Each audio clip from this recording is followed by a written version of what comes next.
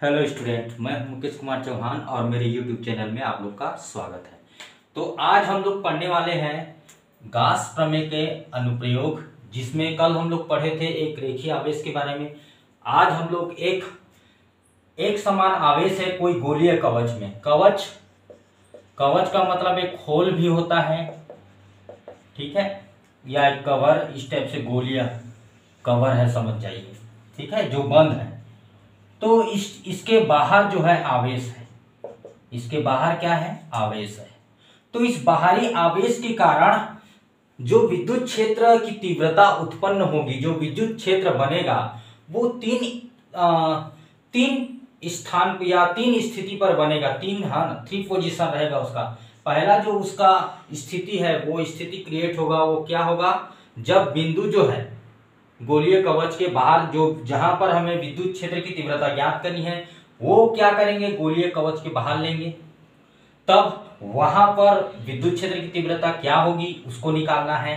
जब कवच के पृष्ठ पर हो, जब वो बिंदु जो है, जो भी बिंदु लेना है अपने को, वो क्या है, पृष्ठ पर हो, तब वहां पर विद्युत क्षेत्र की तीव्रता ई का वैल्यू क्या होगा, इसको हमें निकालना है। और कवच के अंदर यदि वो बिंदु हो, तो वहां पर विद्युत क्षेत्र की तीव्रता क्या होगी, इसको हम लोग को बतलाना है। तो इस टॉपिक को समझने से पहले हमें पृष्ठीय आवेश घनत्व बताना पड़ेगा। तो पृष्ठीय आवेश घनत्व क्या होता है, पृष्ठीय आवेश घनत्व, ये पृष्ठीय आवेश घनत्व, जैसे कि मैंने कल बताया था कि जो आवेश होता है, रेखीय आवेश जो होता है, रेखीय आवेश कोई लंबा चालक में होता है। पृष्ठीय आवेश घनत्व किस में होगा, कोई पृष्ठ पर होगा। तो पृष्ठीय आवेश घनत्व किस में होगा, कोई पृष्ठ पर होगा, या ये बोल सकते हैं कि कोई आयतन पर होगा। तो हमें यहाँ पर पृष्ठीय आवेश की जरूरत तो नहीं है, लेकिन तब भी मैं पृष्ठीय आवेश आप लोग को बता दे रहा हूं। पृष्ठीय आवेश मतलब कोई पृष्ठ पर है, मान के चलो कोई भी पृष्ठ हो। जैसे आप लोग को इस टॉपिक का जरूरत जो है अनंत समतल चादर पर जो विद्युत क्षेत्र की तीव्रता ज्ञात करनी है, उस पर पड़ेगा। तो जो पृष्ठीय आवेश घनत्व क्या होता है, सिग्मा होता है। तो सिग्मा इक्वल टू क्या होता है, क्यू बाई ए। ये जो ए है एकांक क्षेत्रफल है, एकांक क्षेत्रफल है। तो इसका मतलब क्या हुआ, एकांक क्षेत्रफल पर, कोई पृष्ठ के एकांक क्षेत्रफल पर जितना आवेश रहता है, जितना आवेश पाया जाएगा, वही हमारा क्या हो जाएगा, पृष्ठीय आवेश घनत्व, मतलब सिग्मा के रूप में हम लोग उसको जानेंगे। तो यहां पर हमें निकालना है क्या, ये तीन स्थितियां, ये इंपॉर्टेंट टॉपिक है, ठीक है, इसलिए हम लोग इसको आज पढ़ेंगे। गोलीय कवचीकरण विद्युत क्षेत्र की तीव्रता तीन स्थितियों में ज्ञात करेंगे, जब बिंदु जो है गोलीय कवच के बाहर हो, और जब कवच के पृष्ठ पर हो, और कवच के जब अंदर हो। तो क्या क्या स्थिति हो सकता है, तो देखते हैं। इसको मिटा दे रहा हूं।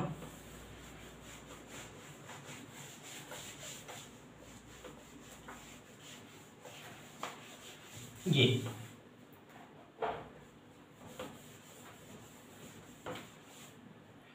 अब एक गोलीय कवच बना देते हैं, एक गोलीय कवच, ये है गोलीय कवच, ठीक है। और इसके बाहर जो है आवेश है,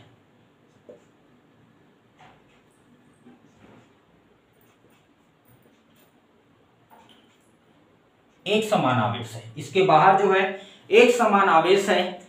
तब यहां पर मैं पहले ही बताया था कि गोलीय कवच के कारण जो स्थिति होता है, जब क्या हो, पहला स्थिति क्या है, जब बिंदु जो है गोलीय कवच के बाहर, जब बिंदु गोलीय कवच यानी खोल के बाहर हो, तब क्या होगा, तब यहां पर विद्युत क्षेत्र की तीव्रता का व्यंजक क्या होगा, ये मान के चलो, ये अपना ओ बिंदु है, बीच का बिंदु, यहां से लेकर यहां तक ये क्या है, आर है, त्रिज्या ले लेते हैं। अब ये जो भी बिंदु है वो गोलीय कवच के बाहर है, तो गोलीय कवच के बाहर है मतलब मान के चलो ये जो बिंदु है, एक बिंदु ले लेते हैं पी। ये पी बिंदु जो है गोलीय कवच के बाहर है, तो इसके चारों ओर हम लोग ऐसा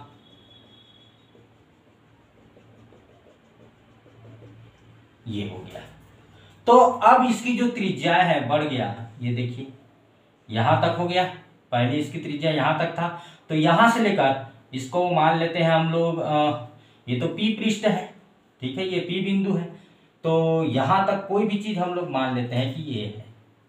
तो यहां से लेकर ओ से लेकर ए तक जो है वो कैपिटल आर है, बड़ा त्रिज्या है। तब यहां पर इस बिंदु के चारों ओर, एक बिंदु पर ज्ञात करेंगे तो चारों ओर का निकल जाएगा। तो पी बिंदु पर विद्युत क्षेत्र की तीव्रता क्या होगी, इस बिंदु पर विद्युत क्षेत्र की तीव्रता, इस बिंदु पर विद्युत क्षेत्र की तीव्रता क्या होगी, ये हमें निकालना है। तो एक अब जानते हैं थोड़ा सा भाग लेना पड़ता है इसका, अल्प जो है ये पी बिंदु पर हमें निकालना है। तो अब देखते हैं कि ये जो गोला बना हुआ है, ये एक गोला अंदर हो गया, और अगर हम लोग बोलेंगे तो ये बाहरी गोला हो गया, ठीक है। तब हम लोग क्या करेंगे, जो बाह्य गोले है ना, बाह्य गोले से जो गुजरता है, पी बिंदु से गुजरने वाला, ये बोल सकते हैं बिंदु पी से, बिंदु पी से गुजरने वाला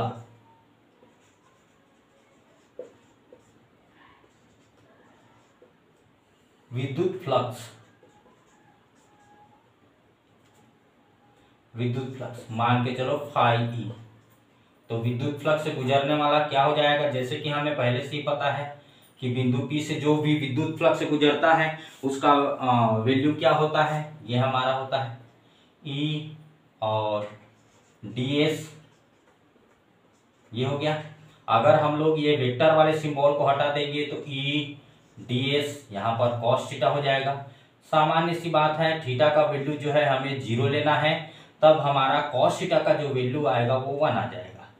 तो इसको हटा देंगे अपन, तो phi E equal to E ds, cos theta का वैल्यू जो है, इसका वैल्यू क्या हो गया, 1 आ गया, तो ई ds आया। ds कौन है, गोलीय पृष्ठ, गोलीय पृष्ठ, तो गोले का पृष्ठ, ds मतलब ये क्या है, ये जो है गोले का पृष्ठ है, गोले का पृष्ठ। तो गोले का पृष्ठ क्या होता है, यहां पर कौन सा गोला ले रहे हैं, ये हम लोग ले रहे हैं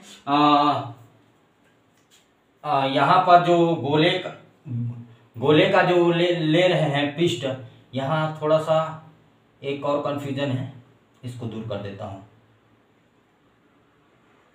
ये जो है, ये हमें यहां से लेकर हम जो भी बिंदु लेते हैं, हमेशा लिए हैं, तो ओ से लेकर जो बिंदु लेते हैं हम लोग आर लेते हैं, और ये छोटा वाले को हम लोग कैपिटल आर ले लेते हैं। ये यहां से ये एक्चुअल है जो है वो, ठीक है, यहां से लेकर यहां तक आर, और ओ से लेकर जहां जिस बिंदु पर हमें विद्युत क्षेत्र की तीव्रता ज्ञात करनी है उसको आर ले लेते हैं।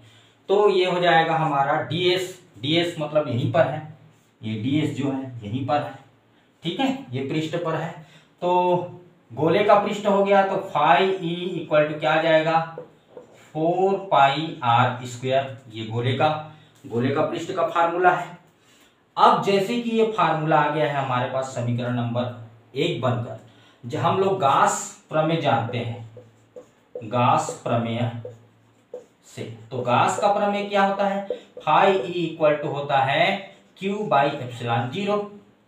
ये तो ये मान के चलो समीकरण नंबर 2 है, तो समीकरण 1 और इक्वेशन 2 ये दोनों को आपस में बराबर कर दो, क्योंकि ये भी फाई ई है और ये भी फाई ई है, तो दोनों इक्वल हुए ना, ये दोनों आपस में एक समान हो गए, एक समान हुए, दोनों को इक्वल कर देंगे, तो E into 4 pi r square, और ये हो जाएगा Q बाई एप्सिलॉन 0, यहां हो जाएगा E equal to 1/4 pi epsilon 0, और ये हो जाएगा Q बाई आर स्क्वायर। ये देखिए E इक्वल टू 4 पाई हुआ, एप्सिलॉन 0 को मैं यहां पर लिख दिया, Q तो ऊपर में ही था, और आर स्क्वायर जो था उसको मैं क्यू के नीचे में लिख दिया। तो हमारा ये फार्मूला आ गया, नया फार्मूला। इसको हम लोग इक्वेशन नंबर 3 डाल देते हैं। तो ये इक्वेशन नंबर 3 क्या है? ये इक्वेशन नंबर 3 है, जब बिंदु गोलीय कवच के बाहर हो तब उसकी जो विद्युत क्षेत्र की तीव्रता है वो समीकरण 3 के भांति होती है। जब बिंदु गोलीय कवच के बाहर होती है तब विद्युत क्षेत्र की तीव्रता क्या होती है? E = 1/4πε0 और ये अपना Q/r²। ये हमारा पहला हो गया। अब दूसरा हमें निकालना है, तो इसको मिटा देते हैं अपन। तो इसको मिटाएंगे, थोड़ा सा लगेगा, इसको भी मिटा देते हैं।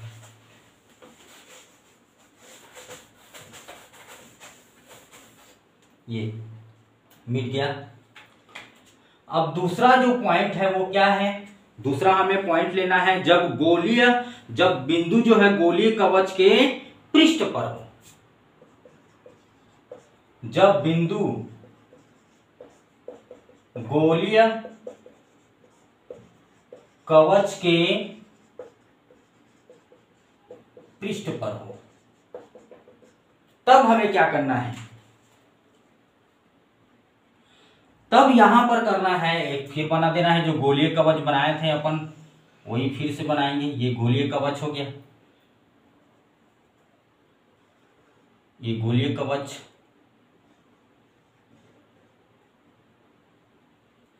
ये हमारा ये अपना वो बिंदु हो गया।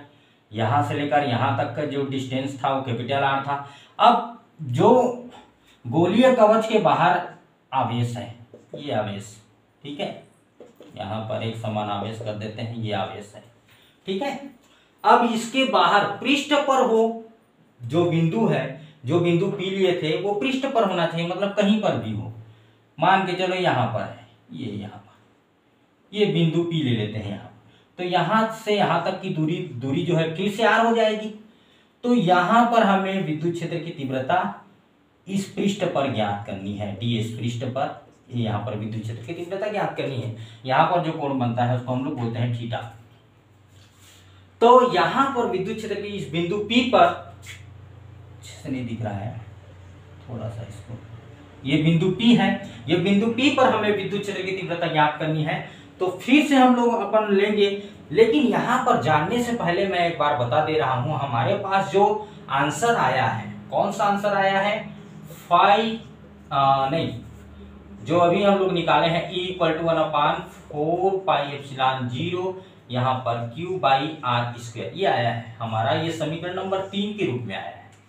अब यहाँ पर देखते हैं, ये इस चित्र को देखिए, इस फिगर को, तो यहाँ देखने पर यह पता चल रहा है कि R जो है R जो है कैपिटल R के बराबर है। छोटा जो R है वो कैपिटल R के बराबर है। इसका मतलब क्या हुआ? यहाँ पर छोटा r तो पहले से है, तो यहाँ पर कैपिटल R बना देते हैं। तो E = क्या हो जाएगा? 1/4πε0 और ये हो जाएगा Q/r²। कि बनाने का तरीका आपका वही रहेगा, बस यहाँ पर R की जगह यहाँ पर क्या हो जाएगा? कैपिटल R हो जाएगा, ठीक है। तो ये जो समीकरण 4 है, ये समीकरण 4 ही क्या है? जब बिंदु गोलीय कवच के पृष्ठ पर हो, जब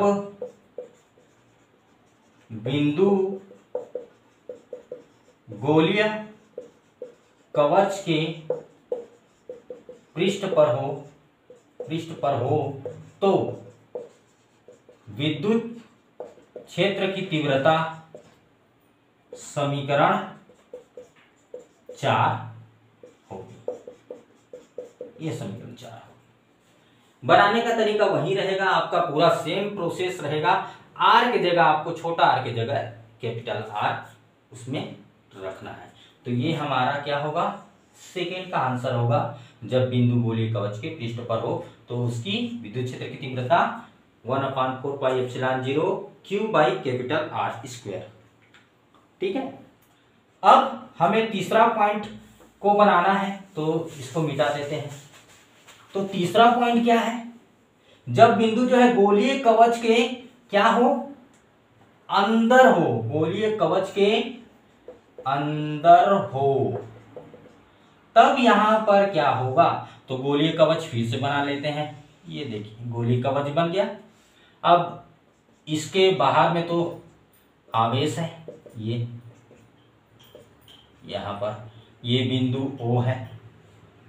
अब यहां पर इसके अंदर, इसके बाहर में आवेश है और इसके अंदर बिंदु ले लेते हैं, कहीं पर बिंदु ले लेंगे, यहां पर बिंदु ले लेते हैं। ये देखो ये अपना R है और ये अपना क्या हो जाएगा, R हो जाएगा, और ये अपना जो है बिंदु P हो जाएगा। और इस बिंदु P पर बिंदु P पर हमें विद्युत क्षेत्र की तीव्रता ज्ञात करनी है, ध्यान दीजिएगा, ठीक है। तो यहां पर ये पता चल रहा है कि ये जो R है, ये R और ये R में क्या डिफरेंस है। ये जो R है वो इस R से काफी छोटा हो जाएगा। वो बिंदु कहीं पर भी हो सकता है, यहां पर भी हो सकता है, लेकिन पृष्ठ के अंदर होगा। पृष्ठ के अंदर मतलब यहां भी हो सकता है, यहां भी हो सकता है, यहां भी हो सकता है बिंदु O पर भी हो सकता है, ठीक है। तो हर स्थिति में जो स्मॉल r है वो कैपिटल R से छोटा होगा, या ये बोल सकते हैं या ऐसा भी लिख सकते हैं, R जो है कैपिटल R जो है बड़ा होगा हर स्थिति में। और इसमें दूसरा बात क्या आ रहा है, जो गोलीय कवच है या जो गोलीय खोल है उसके बाहर में आवेश है, अंदर में आवेश नहीं है। तो गोलीय कवच के बाहर आवेश है, अंदर पर नहीं है, अर्थात अंदर पर आवेश नहीं है। इसका मतलब क्या है, अंदर में जो, अर्थात Q इक्वल टू क्या हो जाएगा, 0 हो जाएगा, क्योंकि हमें बिंदु कहां पर ज्ञात करना है, बिंदु P पर ज्ञात करना है, जो कि अंदर है, पृष्ठ के क्या है, पृष्ठ के अंदर बिंदु है, ठीक है। अब पृष्ठ के अंदर बिंदु है जिसके कारण वहां पर Q का जो मान होता है 0 होता है। अब हमें फिर से समीकरण जो 3 है उसका प्रयोग करना पड़ेगा। समीकरण 3 से तो क्या आया था, 1/4 पाई एप्सिलॉन 0 और ये Q बाई R स्क्वायर। ये R तो काफी छोटा है, ये R जो है काफी छोटा होगा, चलो कोई बात नहीं, छोटा होगा फिर से लिख देंगे, लेकिन इस Q का जो वैल्यू है वो तो 0 हो जाएगा। तो Q का वैल्यू यदि 0 होता है 1/4 पाई एप्सिलॉन 0, ये तो 0 बाई R स्क्वायर, इसका मतलब क्या हो गया, 0 ना हो गया। तो E का वैल्यू क्या आ जाएगा, 0 आ जाएगा। ये इसको मान लेते हैं समीकरण नंबर 5। तो कुल मिला के ये पता चलता है कि जब बिंदु जो है गोलीय कवच के अंदर होता है तो विद्युत क्षेत्र की तीव्रता क्या होती है, 0 होती है। इसको याद रखिएगा, विद्युत क्षेत्र की तीव्रता 0 होगी जब बिंदु जो है गोलीय कवच के अंदर होगा तो, ठीक है। ये हमारा आज का वीडियो है। अगर अच्छा लगता है तो बिल्कुल आप लोग शेयर करिएगा, सब्सक्राइब करिएगा, लाइक करिएगा, कमेंट्स करिएगा। आज के लिए बस इतना ही, धन्यवाद।